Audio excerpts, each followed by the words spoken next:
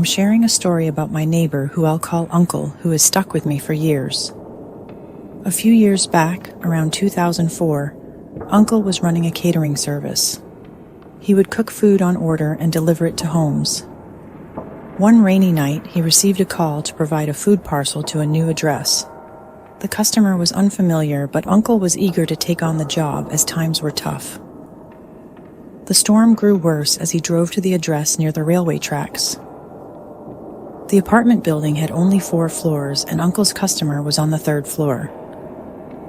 When he arrived, he felt an eerie atmosphere. The darkness, the silence, and the lack of lights made him uneasy. He got out of his car and started climbing the stairs.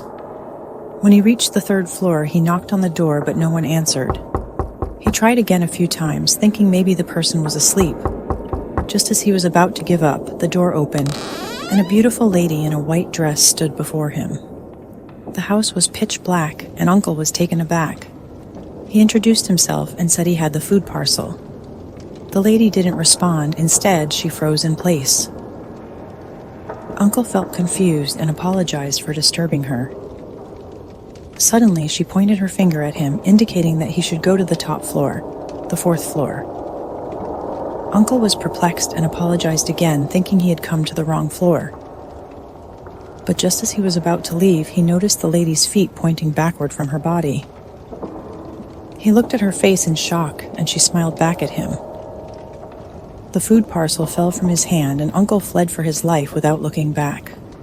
He got into his car and drove straight home. For a week, Uncle was bedridden with sickness and nearly died from stress. He eventually closed his business after that night.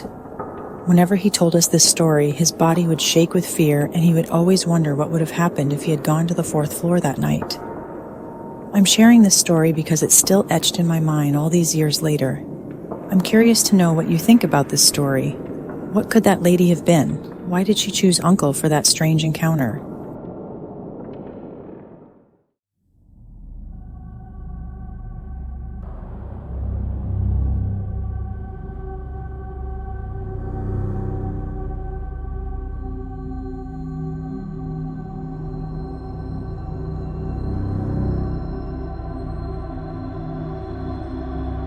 In around 2008, I lived on a 78-acre ranch out in the country.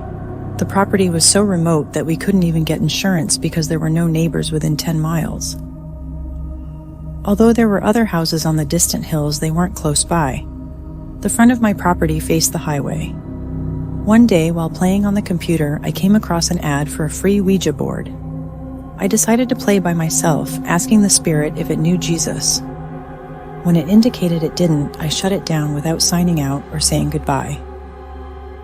That night, there was a tragic accident in front of my house, resulting in the death of 2 people. The next morning, as my granddaughter and I headed outside, I felt an overwhelming sense of evil, as if someone was watching me. I also heard footsteps on the gravel. When I asked my granddaughter if she wanted to feed the goats, she refused, saying she felt like someone was watching her as well.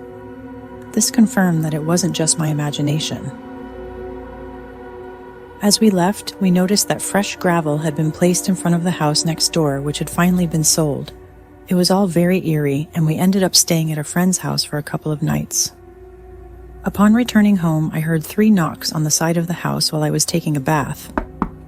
Later, as I sat in the living room watching TV, I glanced out at the picture window and saw what appeared to be 10 ghosts. It was a terrifying experience, but it didn't feel malevolent. I shouted the name of Jesus and I heard a gunshot, after which the ghost disappeared. The following morning, I saw only the legs of a figure in the window.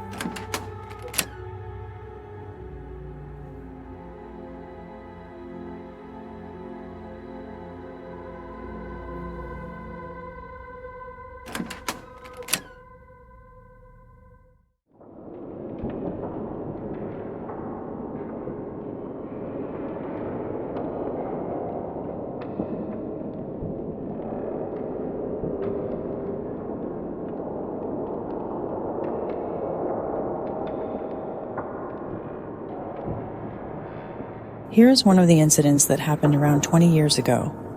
I was the age of 14, my parents divorced, and we moved into a big 2-story house with my 2 sisters and my mother. We were all teenagers at the time. The first night we moved in, my older sister was setting up her new room and organizing all of her things, when all of a sudden her stereo blasted up, playing just static, and then we heard her scream. She ran downstairs and claimed that she didn't touch her radio and it was turned off. She did not sleep in her room that night. There were several more incidents like this and others, but fast forward around 2 years later.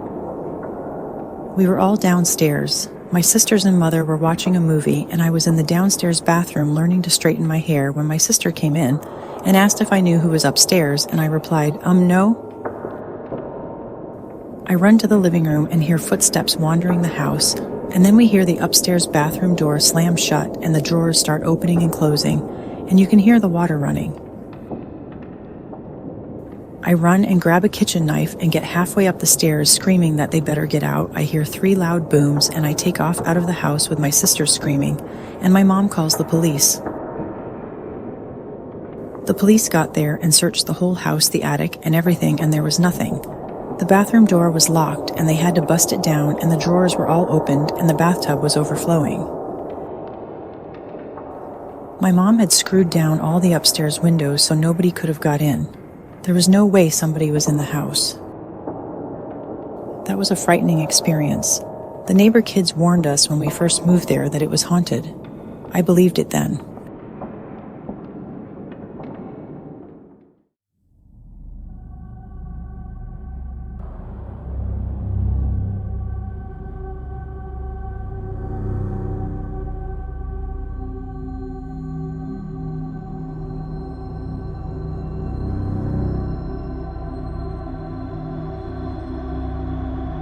When I was growing up, I always felt sensitive to my surroundings and would see shadows, which made me feel uneasy. When I moved out at 18, I saw my first full apparition. Surprisingly, I felt nothing negative about it and saw the older gentleman twice in my first apartment.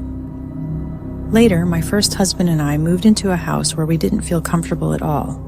We always felt like someone was watching us, especially at the back of the house. While I was pregnant with my first child, I was home alone and woke up from a nap to a weird feeling.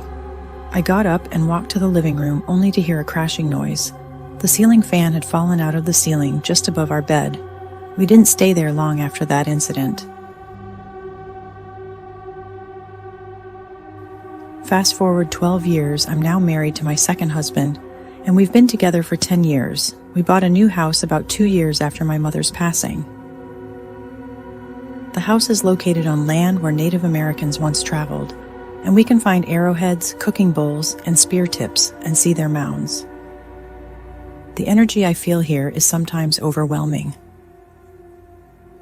I've been woken up from dead sleep by what sounded like my late mother calling my name, and my car's Sirius XM system once displayed my mom's name and number as if they were missed calls, even though I hadn't dialed her number. This only happened as I drove up my driveway.